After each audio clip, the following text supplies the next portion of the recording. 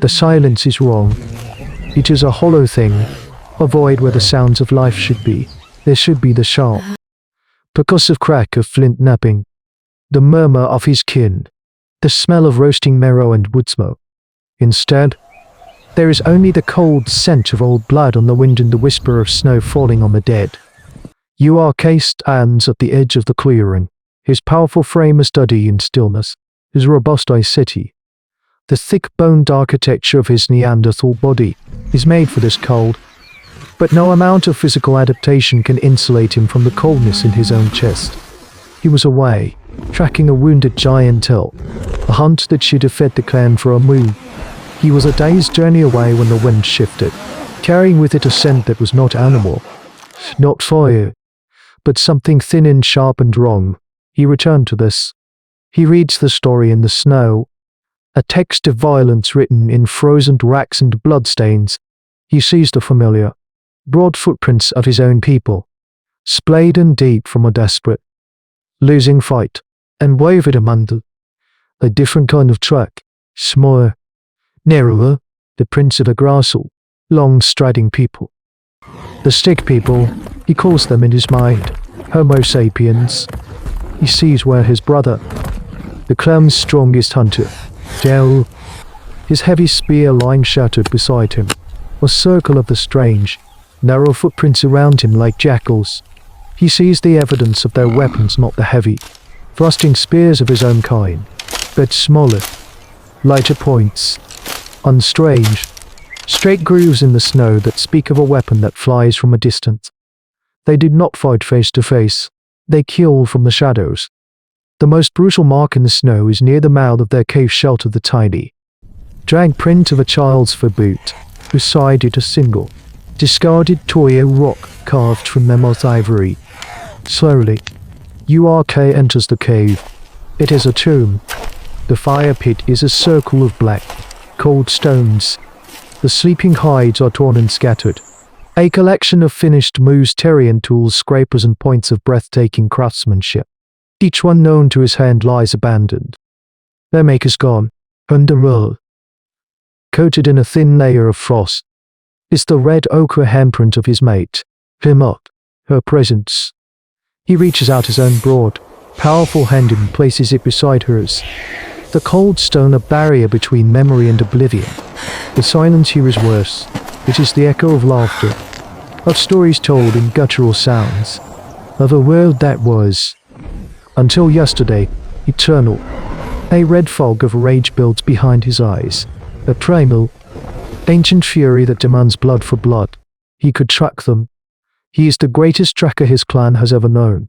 He could find them in the dark, in the snow, and his strength in close quarters would be a thing of legend and terror. He could kill one, maybe two, before their flying spears brought him down.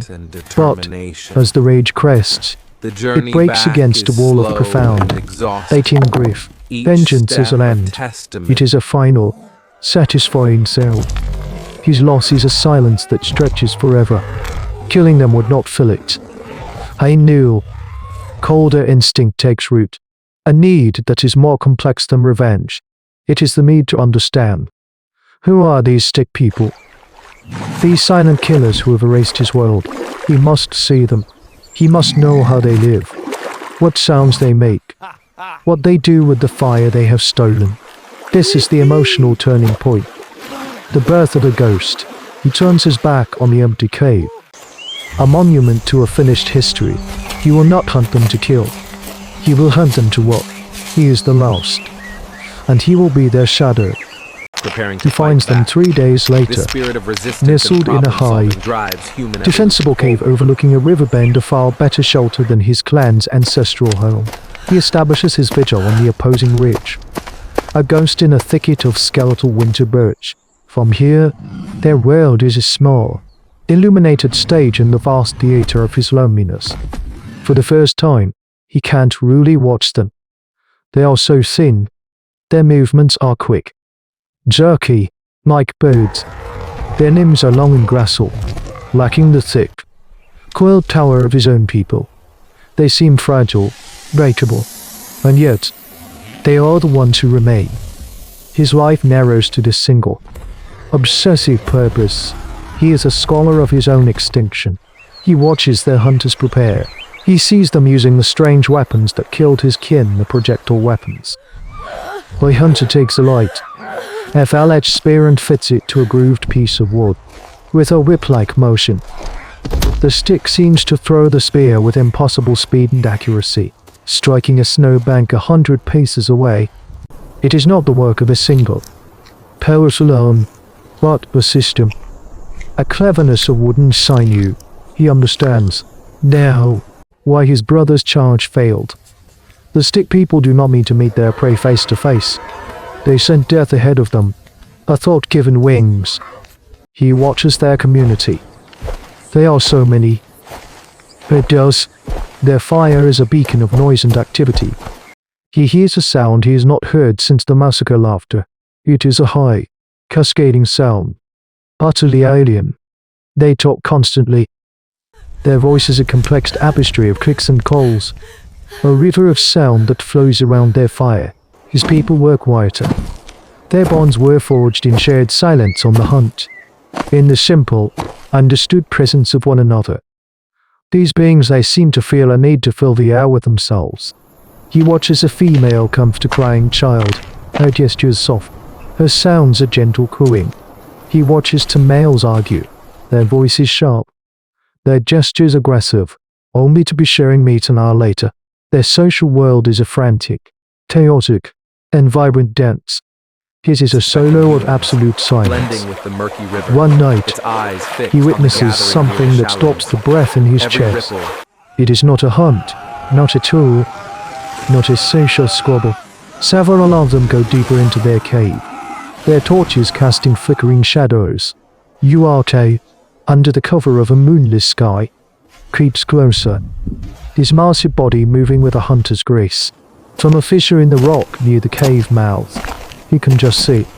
They are not eating. They are not sleeping. They are making magic. One of them grinds red and black rock into a powder, mixing it with animal fat. Another holds it out.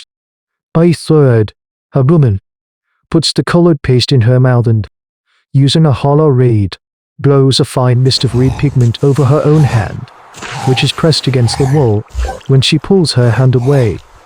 Its perfect, ghostly outline remains. Then, with a brush of animal fur, she begins to draw. A great bison, its back humped, its horns sharp, takes shape on the stone. It is not a real bison. It is the spirit of one. This is an act of pure symbolic behavior, a concept so alien to his practical, to the-oriented mind that he has no framework to understand it. They are not just living in the world. They are creating a second, ghost world on the stone. He watches for hours, mesmerized and deeply unsettled. They have a way of seeing that he does not. And in that moment, he feels a flicker of something colder than grief. It is the dawning, terrifying foresight of inevitability. His people were strong. But these people, they have the ghosts of bison on their side. The winter deepens, a fist of ice closing around the valley. The stick people, for all their cleverness, are beginning to starve. Their flying spears are useless against the deep snow that muffles the tracks and forces the herds to migrate to the sheltered lowlands. Their fire, once a roaring celebration of their life, now burns low, a pitiful orange joy in the vast whiteness. URK watches them grow gaunt, sees the familiar. Slow lethargy of hunger settle over their camp. A grim, bitter satisfaction flickers within him, but it is a weak fire, quickly extinguished by the cold winds of his own solitude. Their fate is no longer separate from his own story. He is the last witness. He sees their weakness. They are creatures of the open plains, just as his own people once were. But his kind had been in these mountains for 100,000 winters. They knew the deep cold. They knew its secrets. He watches two of their hunters return. Their faces grey with frostbite, having spent a day fruitlessly tracking a lone reindeer. They do not know how to read the winterland. They do not know how to see the subtle depression in the snow that speaks of a den of Arctic hares beneath, warm and sleeping. They do not have the right tools. The crisis comes to a head when one of their children falls ill. It's breathing a shallow, ragged sound that York can almost hear from his ridge. The mother holds the child constantly, rocking it, her own face a mask of despair. York knows that sickness. It is the lung rot that comes from a body weakened by cold and hunger. It needs hot, fatty broth. It needs marrow. It needs a kill. That evening, York makes a choice. It is a decision that has no logic, no evolutionary advantage. It is not an act of forgiveness, for that is a concept he does not possess. It is not pity. It is something else, a gesture across the abyss that separates his dying world from their nascent one. It is a hard choice, a final, silent statement from a ghost. He retreats to a hidden cache of his own, a small fissure where he had stored his finest tools before the massacre. He selects one. It is a scraper, a masterpiece of Mousterian technique, flaked from the core of black, volcanic glass. It is a tool designed not for hunting, but for processing a kill, specifically for scraping the last, nutrient-rich shreds of meat and fat from the inside of a thick hide, a vital source of winter sustenance. The stick people, with their lighter blade tools, have nothing like its heavy, efficient form. It is a piece of uniquely Neanderthal knowledge, embodied in stone. This is a moment of profound, perhaps unprecedented, cognitive empathy, the ability to understand the need of another, even an enemy. Under the cover of a driving snowstorm, he approaches their camp. The lone sentry is huddled miserably by the fire, his back to the wind. York is a shadow in the blizzard. He does not enter the firelight. He stops at the edge of the darkness, where the forest meets their world. He places the black scraper gently on a flat, snow-swept stone where it will be seen. He looks one last time at the flickering light of their fire, a world of life that he can see but never enter. Then, he turns and walks away. He does not walk back to his lonely perch. He walks north, into the teeth of the blizzard, towards the great, silent walls of the glacier. He is not running. He is not hiding. He is simply walking away from a world that no longer has a place for him. His clan is gone. His kind is a dying ember. His story is over. His final act was not one of rage, but a gift. A silent piece of altruism for the strange, loud, ghost-painting people who would inherit the earth. He is the end of a long and lonely chapter in the epic of human evolution. A walking, breathing extinction event. They found the tool in the morning. A strange, heavy, black stone, unlike any of their own. The woman who painted the bison was the first to understand. She saw its curved, powerful edge and knew, with a flash of insight, that it was made for the scraping of hides. It was a key, a piece of knowledge left by a ghost. We cannot know if it saved them. We cannot know if the sick child lived.